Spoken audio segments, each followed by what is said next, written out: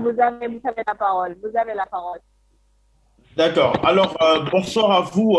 Moi, je suis Karl Kenyé, étudiant et entrepreneur camerounais, étudiant à Road University South Africa.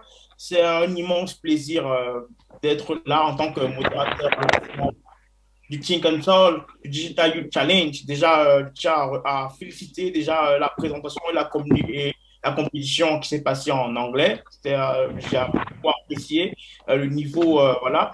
Donc, déjà, sans tout aller, je vais présenter le Digital Youth Challenge, qui est un challenge composé de débats en français et en anglais, animé par les élèves et étudiants autour d'un thème général Afrique et développement, dont le thème d'aujourd'hui est l'usage du français comme langue d'enseignement et langue officielle, une contrainte pour le développement de l'Afrique francophone. Alors, nous avons comme finaliste Subdeco Thiès contre UKO Thiès. Alors, comme membre du jury, je pense que nous avons comme président Dr Alun Diao, Madame Annie Colli, également Madame Maimouna Diakate qui est avec moi sur le Zoom. Voilà, donc voilà. Je ne sais pas si on pourra alors passer la parole au président du jury qui vienne donner un peu plus de précision et peut-être la marche à suivre pour les candidats. Donc, Karl, on va laisser la parole à Dr Alun Diao donner son discours et après, on va vous revenir, Inch'Allah. Exactement, 100%.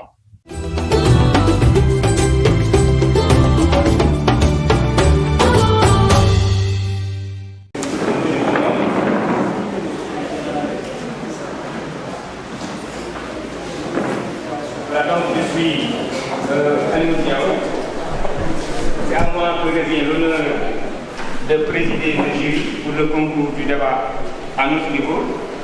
Le jury composé de Mme Annie Colli, qui passe devant vous, professeur de français de formation, ancienne proviseur du lycée d'application Sidi Mouta.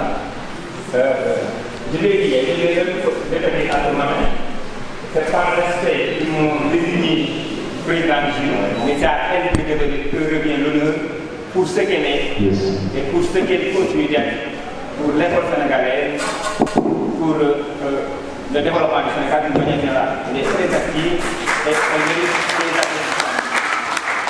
Madame Abidouli, qui est l'exemple d'une retraitée qui n'est pas à la retraite parce qu'elle est très active et même dès qu'il s'est agi de se déplacer sur Thiès, elle a été la première à dire que je me déplacerai sur Thiès. Et elle a dit que le matin, elle va passer la nuit pour vous.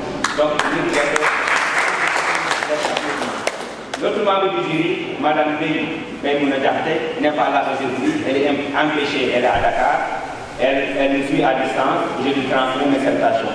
Enfin, à moi, le serviteur, je suis Alun Diao, comme je vous l'ai dit en introduction. Je suis professeur de lettres à l'Université Cheikh Anta Diop de Dakar depuis 2007 et j'enseigne la littérature africaine au département de lettres modernes. Voilà donc pour quelques mots en guise d'introduction. Je dis aux débatteurs d'abord félicitations d'être arrivés à ce niveau. Pour moi, c'est déjà une victoire. Donc faites-vous plaisir, nous allons vous écouter, nous allons vous juger, mais qui sommes-nous pour juger? Donc nous allons donner un avis que nous essayerons, nous pensons que ce sera un avis objectif et nous espérons que tout le monde sera satisfait de ce que nous aurons entendu et le résultat qui sortira de cette compétition-là, qui pour moi est déjà une réussite dans son organisation et dans son exécution. Nous allons vous écouter. Le jury va vous écouter sur certains points. Vous êtes en train de débattre et vous allez débattre. Ce que nous attendons, ce sont des arguments. Mais plus que les arguments, c'est l'argumentation que nous attendons. Il ne s'agit pas de nous montrer que vous avez un savoir livresque. Il ne s'agit pas de nous montrer que vous êtes au courant de ce qui se passe. Il ne s'agit pas de nous montrer que vous êtes au fait de l'actualité. Mais il s'agit surtout de savoir convaincre. Parce que si vous avez la vérité et que vous ne savez pas convaincre, vous risquez de perdre votre vérité. Donc soyez à l'aise, exprimez-vous naturellement, exprimez-vous à l'aise, nous vous écouterons, nous essayerons de voir ce que vos discours nous ont donné comme impression Et c'est par là que je vais terminer mon propos. Il n'y aura pas de vainqueur, il n'y aura pas de vaincu. Ce sera vous les jeunes qui serez vainqueurs. Et j'ai bien aimé tout de suite la sortie des deux équipes qui ont compétit pour être en anglais. Ils sont sortis, les mains dans la main, se tapotant les épaules. C'est ça le signe de cette manifestation pour moi aujourd'hui. Personne n'aura gagné, personne n'aura perdu, tous nous aurons gagné ensemble. Je vous remercie. Je donne la parole.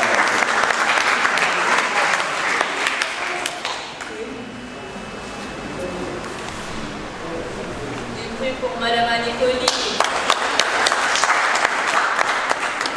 Bonjour. Merci d'avoir pris de votre précieux temps à la fin de ce week-end très chargé. Je suis heureuse de me retrouver enfin en la présence des finalistes. Nous sommes là pour nous laisser convaincre et pour nous laisser séduire. Et celle qui vous parle est à la retraite, c'est vrai. Mais elle cherche toujours à convaincre, et d'abord ses enfants. Ce qui est le plus difficile, n'est-ce pas, madame? Convaincre ses enfants. Aujourd'hui, vous allez nous donner une leçon. Une leçon qui va porter sur la langue française, qui est toujours en question, alors que la langue anglaise ne l'est jamais. Je ne sais pas si vous l'avez remarqué. À vous de jouer.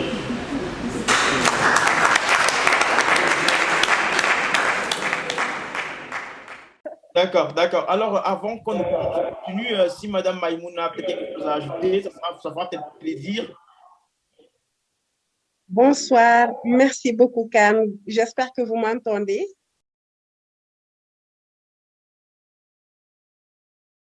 Sans suçant. Et de la salle, est-ce que vous m'entendez? Oui, on vous reçoit. Alors, je suis vraiment très heureuse d'être avec vous, même si ce n'est que virtuellement. Après les paroles, les propos de Annie et de Alune, je n'ai pas grand-chose à dire, sinon que vraiment, ça fait plaisir de voir des jeunes dynamiques. Déjà, l'équipe de Manager Production, déjà qui est très dynamique. L'équipe des débatteurs, d'abord ceux qui ont parlé en anglais et tout à l'heure ceux qui vont le faire en français. Donc, vraiment, c'est la fête de la jeunesse. Et donc, nous sommes là pour vous écouter, pour nous faire plaisir tous ensemble. Ceux qui sont dans la salle, parents d'élèves, parents d'étudiants, responsables d'école et sympathisants, aussi vont, j'en suis sûre, en profiter au maximum. Alors, sans plus tarder, je vous laisse et je remercie véritablement toute l'équipe de Management Production pour la confiance qu'ils ont placée en nos personnes, en nos humbles personnes. Et au nom de l'association Synergie pour l'éducation au numérique et aux médias que je dirige, dont je suis la présidente, voilà, je remercie vraiment tout le monde. Donc, sans plus tarder, car il se fait tard, je vais laisser la parole aux débatteurs. Merci. D'accord. Merci, Madame Maïmouna.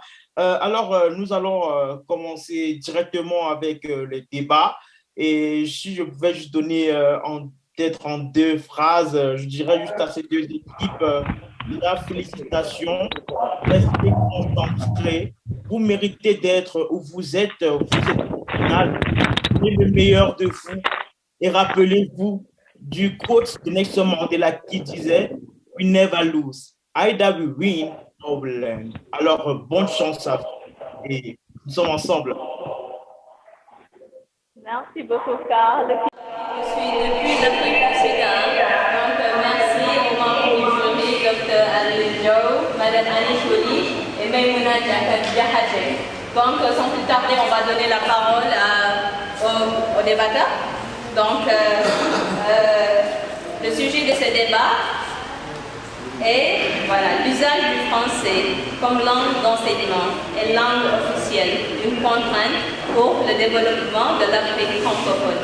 Donc, Subdebo Chess va défendre la négative et UKO Chess l'affirmative. C'est ça, non? Voilà, donc je me suis pas trompée. Donc, ça plus tard, on va vous donner la parole.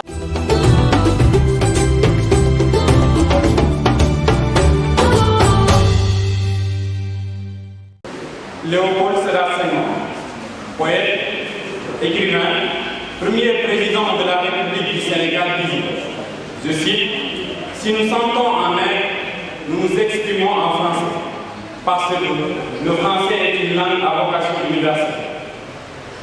Notre message s'adresse aux Français de France et aux autres hommes, parce que le français est une langue de gentillesse et de neutralité. » Il disait cela pour nous montrer l'importance, la place qu'occupe la langue française en Afrique de manière générale et en Afrique francophone de manière particulière. Mesdames, Mesdemoiselles et Messieurs, à l'honneur Abdoulaye, étudiant à l'Institut Mercure en deuxième année à Sud-Dépôt Campus Thiès. Que l'honneur et bonsoir devant votre distinguée présence fasse accepter mon chaleureux bonjour.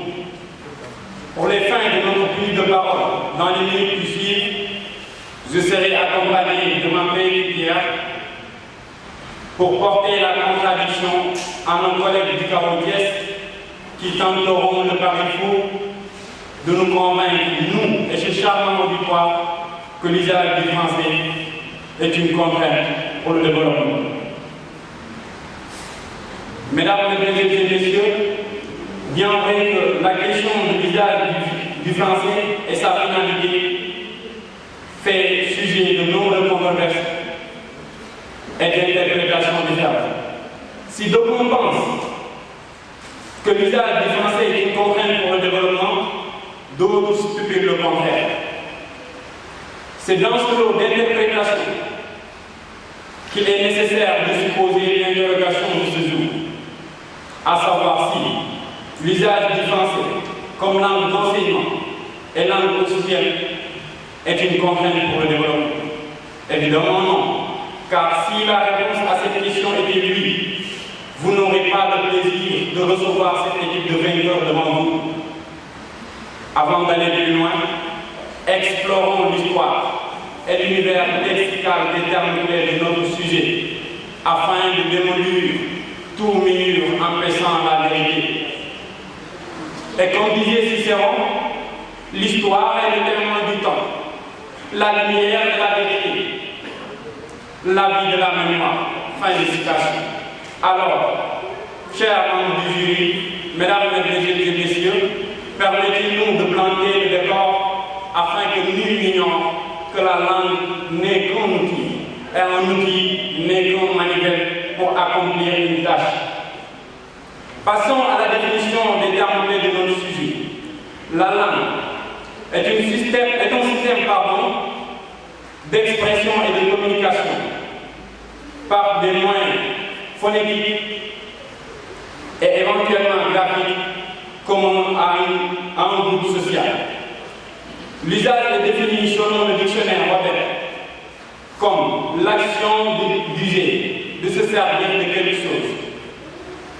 Contrainte est définie selon le dictionnaire Larousse également comme une entrave à la liberté d'action. Je m'en vais vous donner la définition la plus complète du développement, celle de François Perron, qui nous dit: le développement est la combinaison des changements mentaux et sociaux d'une population qui la rend apte à faire accroître accumulativement et durablement son produit réel global. Mesdames et messieurs, maintenant que l'éducation lexicale est faite, en passant bien sûr avoir dissipé tous les sens d'ordre, nous ne mélangerons aucun effort à vous prouver à travers des arguments scientifiques et politiques que l'usage du français n'est pas une contrainte pour le développement. Mesdames et messieurs, nous sommes aujourd'hui au procès de Messieurs Français, au poste de langue affecté en Afrique pour être médiateur, pour être ce pont qui relie les pays africains, mais également le pont qui relie les pays africains et les autres pays du monde. Accusé aujourd'hui d'être obstacle, d'être contrainte pour le développement. Sans plus tarder, nous allons donner la parole à la partie adverse et chasser l'avance, que nous ne laisserons à aucun de vos arguments passer et repasser sans qu'on les cache. Je vous remercie. honorables membres du jury, chers co-débatteurs, illustres internautes qui nous suivez à travers YouTube, chère assemblée, bonsoir. Je me présente, Kate Elisabeth Diouf, étudiante en gestion des organisations à l'UQAO Isaïe en licence 2. Combien sommes-nous à avoir lu en classe de 4e cette œuvre au programme de Seydou Badian intitulée Sous l'orage? À la page 26 de ce livre, Père Belfa, voulant donner un soufflet à son fils Birama, s'adresse avec lui en ces mots, je cite, « Mon père et le père de mon père ont fait ainsi. Si tu t'en trouves mal, va-t'en. Je t'ai mis à l'école pour que tu saches lire. Je n'ai jamais voulu que tu deviennes un blanc. » Fin de citation. De tels propos du père Belfa, auguste assemblée, sont en lien avec le sujet qui nous est soumis ce soir, qui est l'usage du français comme langue d'enseignement et langue officielle, une contrainte pour le développement de l'Afrique francophone. En quoi l'usage du français comme langue d'enseignement et langue officielle consisterait-il une contrainte pour le développement de l'Afrique francophone? Je ne saurais répondre à une telle interrogation, auguste assemblée, sans pour autant définir les concepts clés que sont langue d'enseignement, langue officielle, contrainte, développement, Afrique francophone. La langue d'enseignement, auguste assemblée, c'est la langue avec laquelle pratique l'enseignant afin de transmettre des compétences à un élève, un étudiant ou tout autre public dans le cadre d'une institution éducative. La langue officielle, c'est la langue qui est spécifiquement désignée comme telle dans la Constitution ou les textes de loi d'un pays, d'un État ou d'une constitution ou d'une organisation quelconque. Et elle s'impose à tous les services officiels de l'État. Contrainte, c'est l'action de contraindre, forcer quelqu'un à agir contre sa volonté. Le développement, c'est un processus qui permet aux êtres humains de développer leur personnalité, de prendre confiance en eux-mêmes et de mener une existence digne et épanouie. Afrique francophone, c'est l'ensemble des États d'Afrique ayant la langue française en partage. Chère assemblée, il est temps que l'Afrique batte des ailes. Il est temps que l'Afrique use de ses langues afin de se rehausser. Auguste assemblée, qu'est-ce que la langue? La langue représente l'identité d'une personne. La langue représente l'identité d'un peuple. Il nous faut, l'Afrique se doit d'user de ses langues afin de rehausser son développement.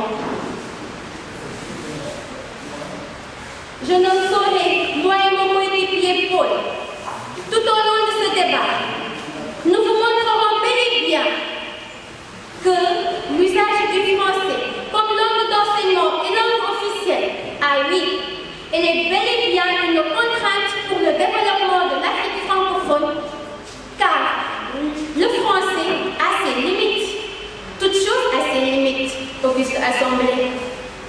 Aujourd'hui, nous vous montrerons, chers co-débatteurs, bien évidemment, nous, UQAO de Thiès, nous vous montrerons que l'usage du français est bel et bien une contrainte. Merci beaucoup.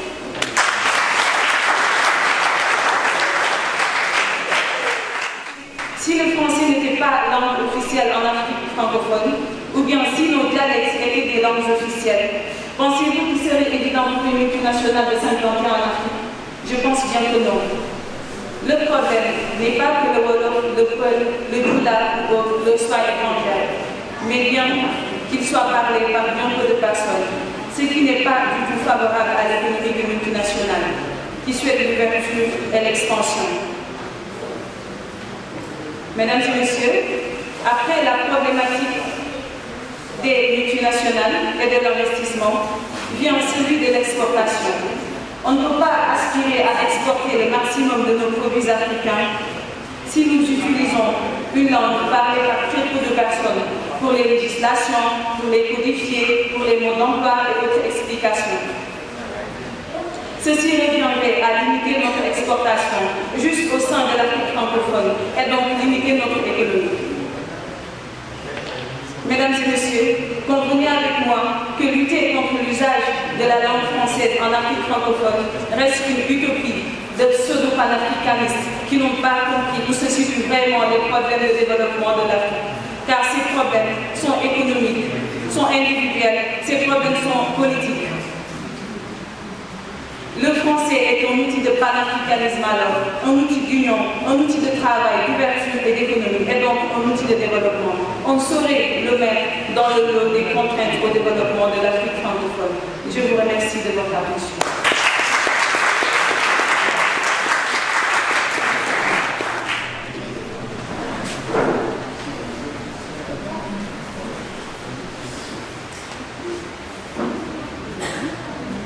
Bonsoir à tous, c'est Paul Dien, étudiant à l'UQAO de Thiès, 3e année, en licence professionnelle en sciences politiques et relations internationales. Chers co-débatteurs, permettez-moi de commencer par ceci. Un pays ne peut pas se développer avec une langue étrangère. Car la langue, si l'on communique avec la langue, si la langue nous permet d'entrer en relation, si la langue nous permet d'interagir, si la langue nous permet d'échanger, voire véhiculer des messages, alors il serait difficile de véhiculer un message, d'échanger, d'interagir avec une langue qu'on ne comprend pas. Avec un pourcentage de 80% de la population sénégalaise, par exemple, 80%, je dis bien, qui parle Wolof, qui est notre langue majoritaire, et qu'il y a 20% qui parlent le français. Mais est-ce que parmi ces 20%,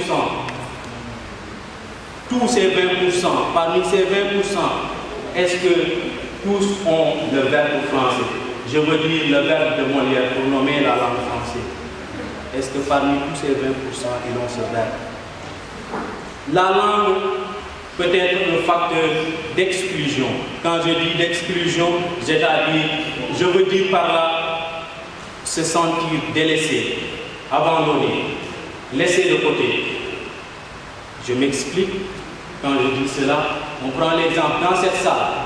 Nombreux des gens qui ne sont pas là. Pourquoi? Parce qu'on s'exprime ici, dans cette salle, en français. Et ils ne comprennent pas. Et pour qu'ils puissent comprendre, il faut que nous utilisions une langue qu'ils comprennent, ou que l'on comprenne nous tous autant que nous sommes. Et là, j'ai ma maman qui est dehors, elle n'est pas venue. Pourquoi? Parce qu'elle ne comprend pas la langue française. Et là, ça constitue un blocage, ça constitue un frein au développement économique. Permettez-moi de vous dire, un peuple dépossédé de sa langue perd son identité. Merci.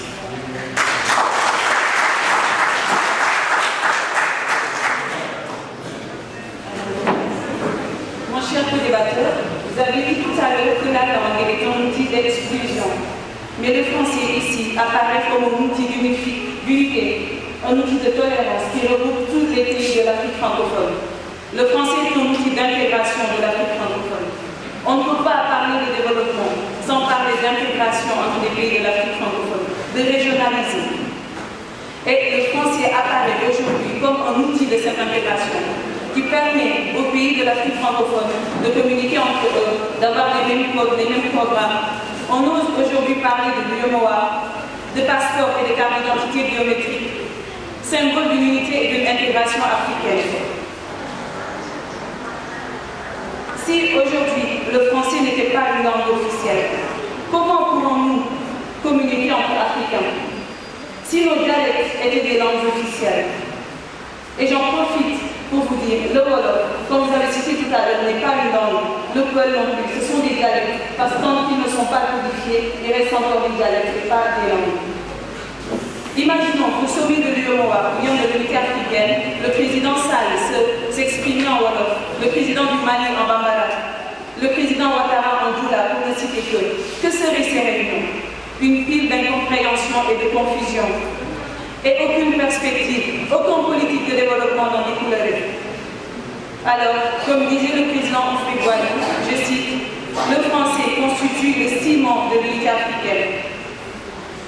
Et le maintien du français en Afrique apparaît donc comme un moyen de neutraliser les particularismes locaux et de fondre les groupes ethniques en une seule nation.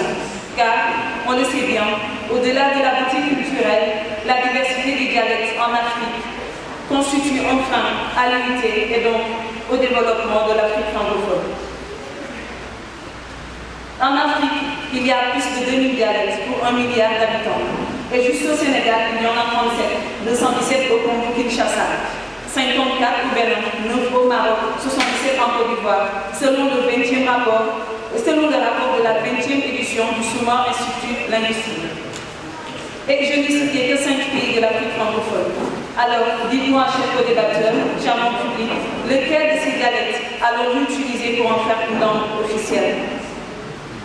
Le Peul, bien sûr que non. Quel peuple, quelle tribu va accepter que la langue d'une autre tribu soit favorisée au détriment de sa propre langue? Alors, mes chers co-débatteurs, je répète, ici, le français est un outil d'unité, un outil d'union, de médiation, d'ouverture, de tolérance également. Je vous remercie de votre attention.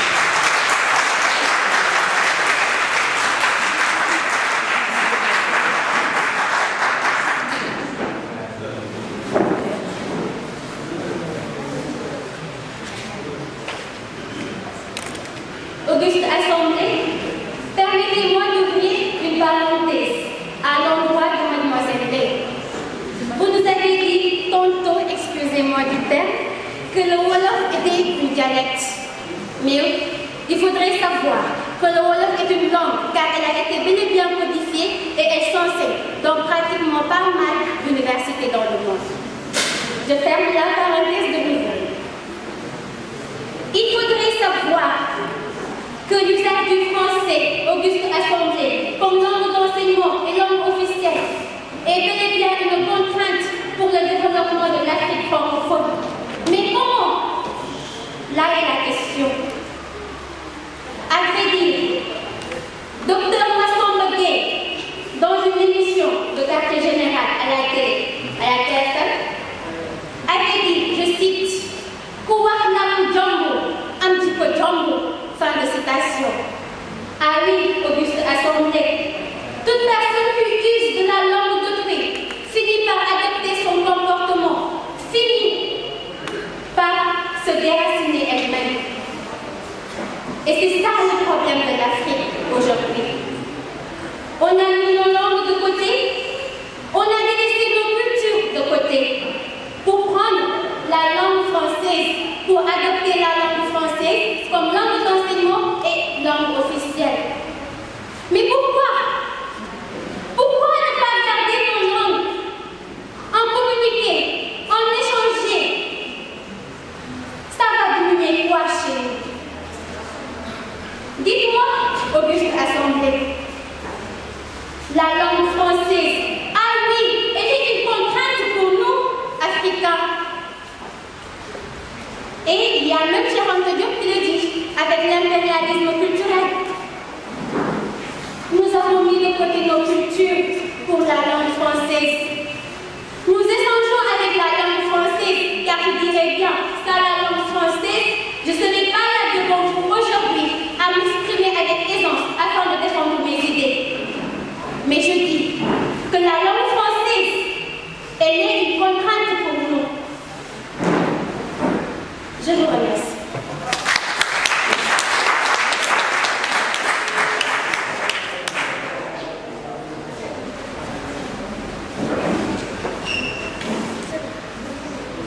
Bonsoir à tous.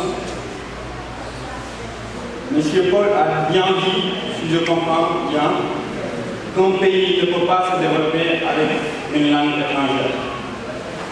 Dire cela, c'est ne pas comprendre le développement ou vouloir encourager le sous-développement en Afrique. Depuis tout à l'heure, vous persistez à nous parler du développement culturel. Il est nécessaire de vous rappeler la définition de François Pérou. L'ensemble des combinaisons, je dis bien l'ensemble des combinaisons, des changements mentaux et sociaux d'une population qui arrive à faire accroître accumulativement et durablement son produit de développement. Je m'en vais vous donner un exemple. André Malraux disait qu'il n'y a pas d'héros sans auditoire.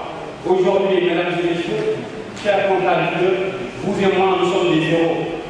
Car ayant devant nous un charmant public qui nous écoute et nous comprend grâce à l'utilisation, à l'usage de la langue française, et au moins une reconnaissance à travers cette langue, vous êtes en train de mordre la main que j'ai donnée à manger. Je m'excuse tout à l'heure. Et pour vous parler de l'importance de l'usage de la langue française dans ce contexte de la mondialisation, aujourd'hui on parle de globalisation, on parle d'interconnexion des États, on parle de l'information qui circule à la vitesse de la lumière, on parle aujourd'hui du rendez-vous du donner et du recevoir. Et si on n'utilise pas ces langues étrangères, comment peut-on échanger avec les autres pays si nos langues ne sont pas, si nos dialectes ne sont pas encore codifiés? Même les pays développés ont compris qu'aujourd'hui, il faut utiliser les langues étrangères, les langues internationales. C'est la raison pour laquelle ils utilisent l'anglais, le français, l'arabe, et j'en passe.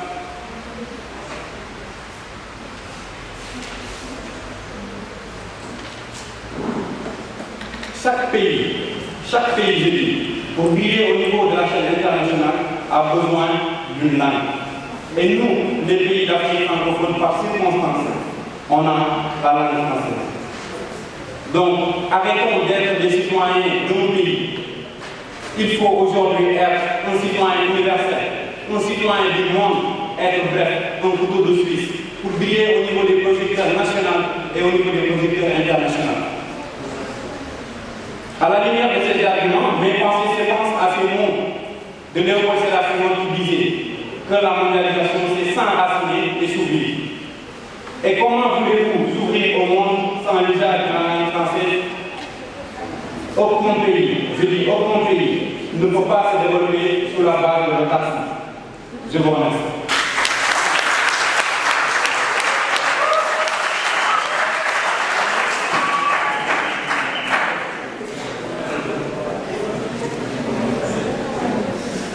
Merci, bonsoir.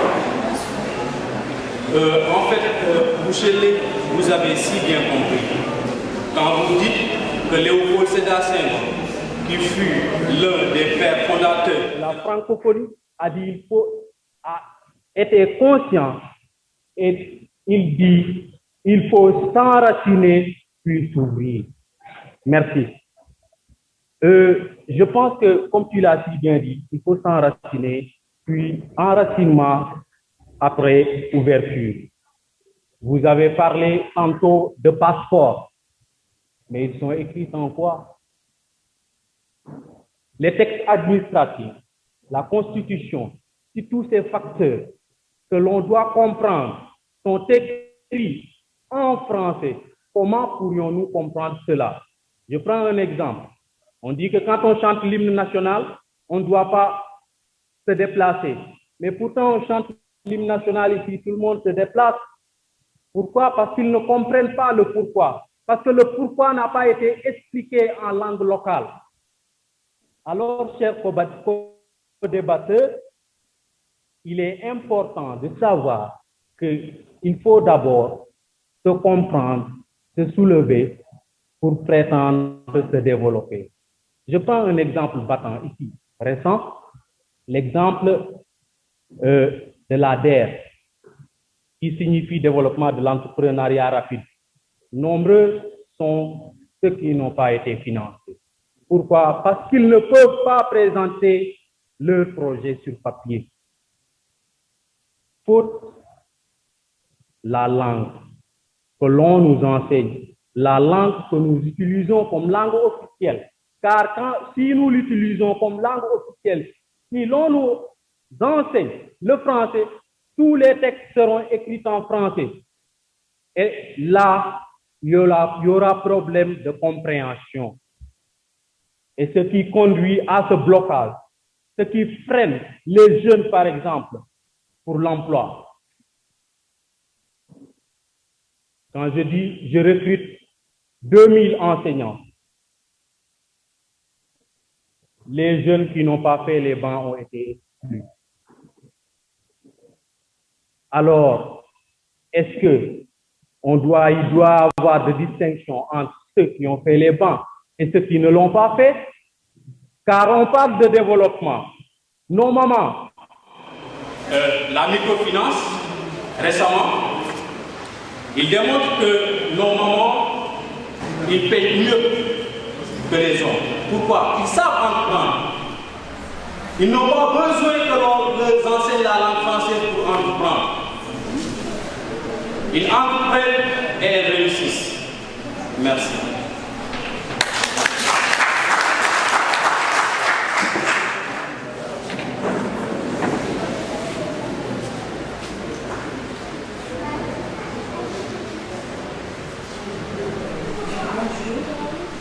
Vous avez dit tout à l'heure que les jeunes qui n'ont pas fait les bancs ne peuvent pas postuler au poste enseignant.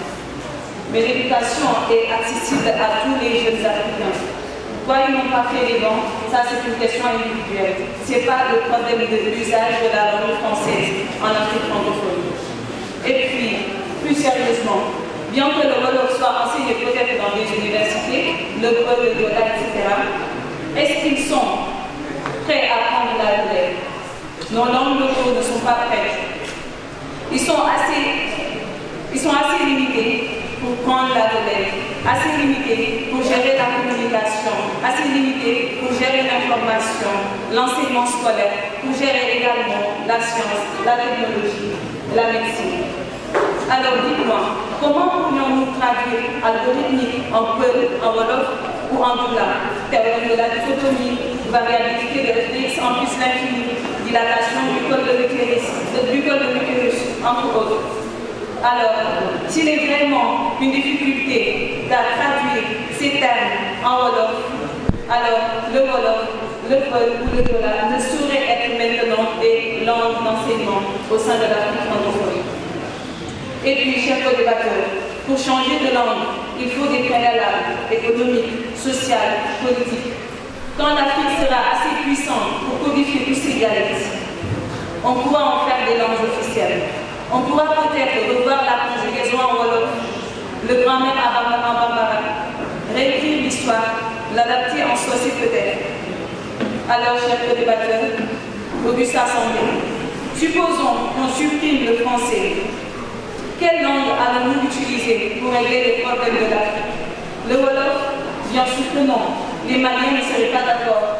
Le Bambara? Non également. Les Sénégalais, les Béninois, les Togolais ne seraient pas d'accord. Alors, le français apparaît ici comme un ciment, comme l'a si bien dit le président Houphouët-Boigny. Je donnerai également l'exemple du Maroc. Excusez-moi, l'exemple du Maroc, de la Tunisie, de l'Algérie, de l'Égypte, qui sont bien des pays de l'Afrique francophone. Et pourtant des pays où on ne parle plus de sous-développement, mais bien d'un état d'émergence avancé. Alors, mesdames et messieurs, convenez avec moi que l'usage d'une langue étrangère n'est pas une contrainte au développement d'un pays ou bien d'un continent, et surtout de l'Afrique francophone. Merci de votre attention.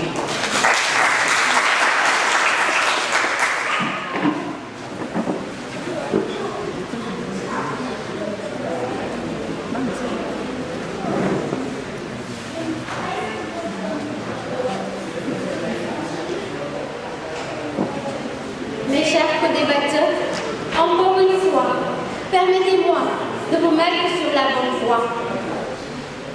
vous avez dit tantôt que le fait que certaines personnes ne sont pas dans le cadre de l'enseignement, n'aient pas été dans les bancs, c'est une question d'individualité, avez-vous dit tout à l'heure.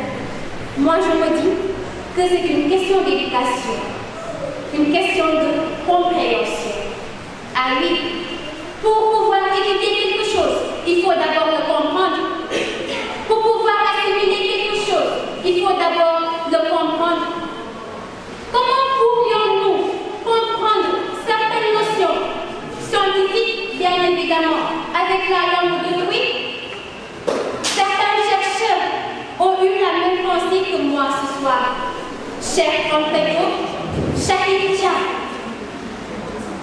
Ils disent qu'il faudrait, dans l'éducation, dans l'enseignement, adopter les langues locales, les langues nationales. Car ça permettrait, ça développerait une bonne compréhension. Nous ne saurions non plus sans remercier cette auguste assemblée de son attention, cet élément joli qui nous fait aujourd'hui l'honneur de partager avec nous son expérience et son talent, et nos chers prédicateur qui nous ont honorés de leur présence et de leur riche argumentaire. C'est vrai qu'il serait bien beau d'avoir notre propre langue, mais ceci n'est pas une nécessité. Nous ne sommes pas dans l'urgence de délaisser le français au profit du Wolof, du Peul, du Djoula, du Socé, etc.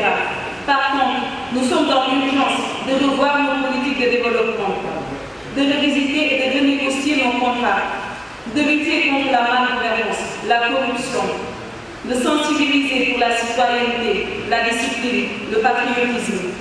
C'est là que se trouvent les vraies questions liées au développement de l'Afrique francophone. Il est temps pour nous, jeunes Africains francophones, d'être des afro-responsables, de penser et d'apporter des solutions concrètes au maux du développement en Afrique francophone.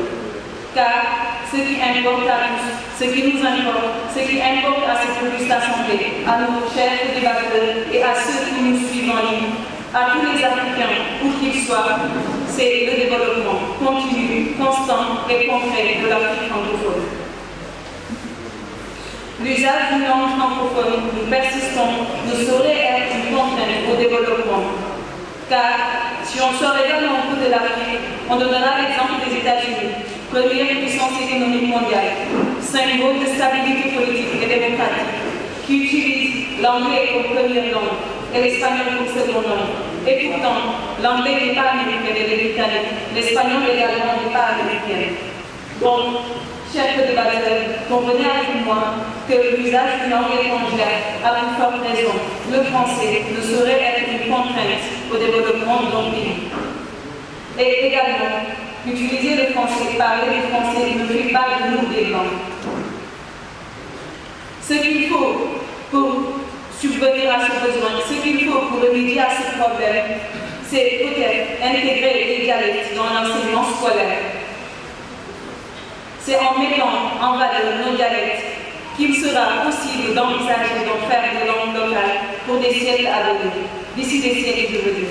Mais maintenant, contentons-nous du français qui nous offre ces terminologies gratuitement. Le français riche, ouvert, complet et outil d'union et de développement, comme nous l'avons dit tantôt. Nous vous remercions de votre attention.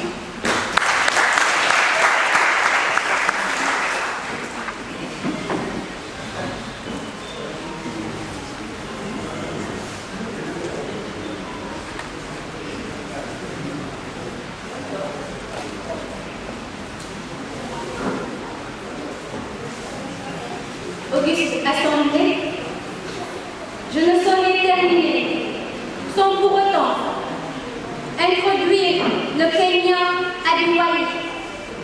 En ces mots, je cite, l'acceptation d'outils de l'anglais et du français comme seul médium d'une écriture africaine est une grave erreur et n'a pas la moindre chance de faire avancer la culture et la littérature africaine. Fin de citation. Et je dirais bien que la langue française ne fera pas avancer notre Afrique. chère Afrique. Auguste Assemblée, nous ne sommes pas contre le français, chers co-débatteurs, car comme je l'ai dit tantôt, le français nous a permis ce soir d'être devant vous pour nous exprimer, pour parler avec aisance et défendre nos idées. Nous disons seulement qu'elle est une contrainte pour notre développement, car il est temps que l'Afrique sorte de sa torpeur. Il est temps que l'Afrique batte des ailes, qu'il s'éveille, qu'il marche seul. Nous n'avons plus besoin que l'on nous tienne la main. Nous pouvons avancer tout seuls. Et c'est ce que devrait faire l'Afrique aujourd'hui. Et pas mal de penseurs et de chercheurs l'affirment. Pas mal de débats tournent autour de ce même sujet depuis quelque temps. Tout le monde cherche à promouvoir les langues locales, les langues nationales de l'Afrique, au détriment de la langue française, bien évidemment. Donc, il faudrait savoir, je lance un appel Auguste Assemblée. Il faudrait que nos dirigeants africains adoptent les langues locales. C'est bien beau de parler la langue d'autrui, mais c'est pour parler nos langues. Auguste Assemblée, des sites d'internet comme Afrinet, 9.1, Tour 2, Goumbé 3 sont là pour nous apprendre les langues locales, les langues africaines. Et bientôt, dès l'année prochaine, une politique sera mise au Sénégal afin que dans différentes régions du pays, l'on puisse enseigner les langues primaires, les langues locales, les langues nationales. Ainsi donc, la langue française. Chers co-débatteurs, Auguste Assemblée, la langue française comme langue d'enseignement et langue officielle est bel et bien une contrainte pour le développement de l'Afrique francophone. Je tenais également à remercier cette belle initiative. Vous nous avez permis aujourd'hui d'être devant vous et d'exprimer nos idées et défendre certains points, car l'Afrique nous appartient tous. C'est notre Afrique et c'est à nous de le développer. Merci beaucoup.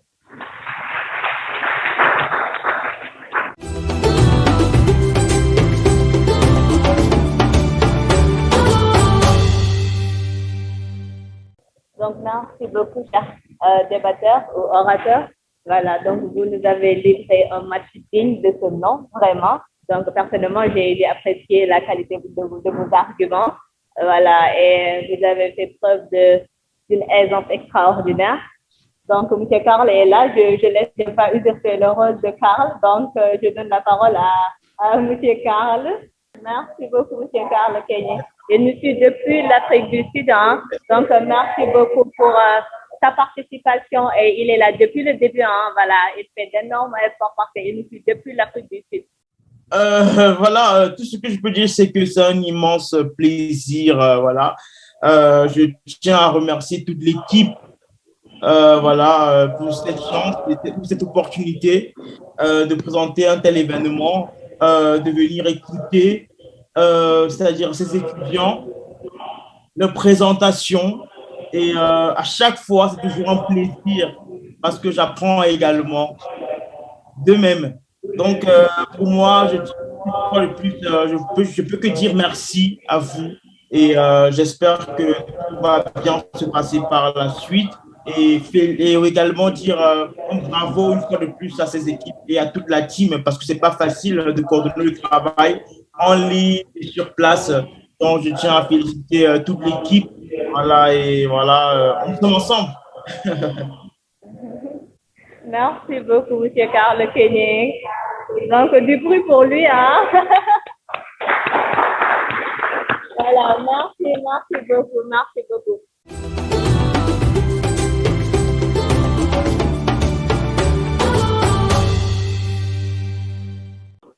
Sans plus tarder, je vais passer la parole à Dr. Alioune Diaw. Bonsoir. J'ai entendu un de mes maîtres dire que si vous avez la chance de parler, ayez pitié pour ceux qui ont la malchance de vous écouter. Nous n'allons pas prendre la parole pour longtemps.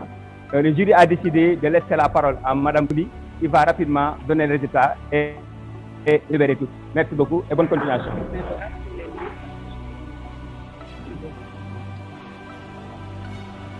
Voilà. Alors, merci. Nous avons vu que les débatteurs se sont améliorés. Ils ont tenu compte des critiques que nous leur avons faites lors de leur premier match. Et nous tenons à les féliciter pour cela. Nous avons vu aussi que les références que les sources étaient référenciées vraiment et données avec précision. La courtoisie des deux équipes nous a beaucoup touchés. Parmi les débatteurs, 2 sont sortis du lot, Seke et Monsieur Lam, Adama, je crois, Abdoulaye. Mais parmi ces deux, nous en avons choisi un, et c'est Abdoulam qui l'emporte.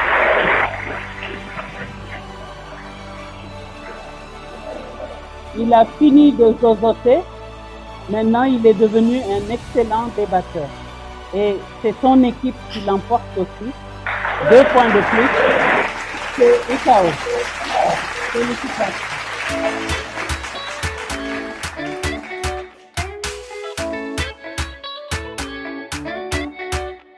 C'est là-bas que j'aime aller. Son cœur ne connaît pas de frontières. Chez elle, on peut danser, pieds nus en regardant vers la mer.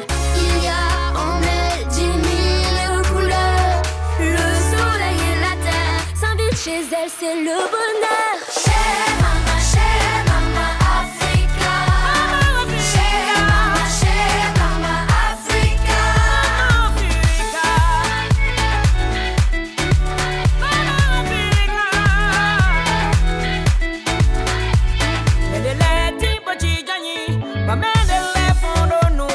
C'est là-bas que j'aime aller.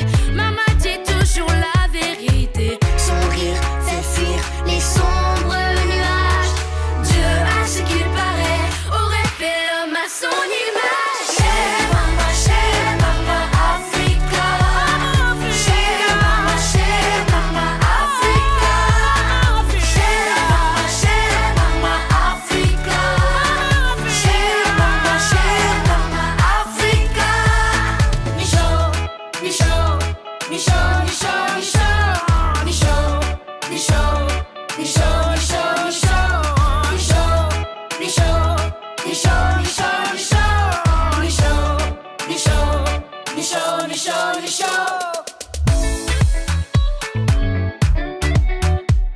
C'est là-bas que j'aime aller. Son cœur ne connaît pas de frontières. Chez elle, on peut danser, pieds nus en regardant vers la mer.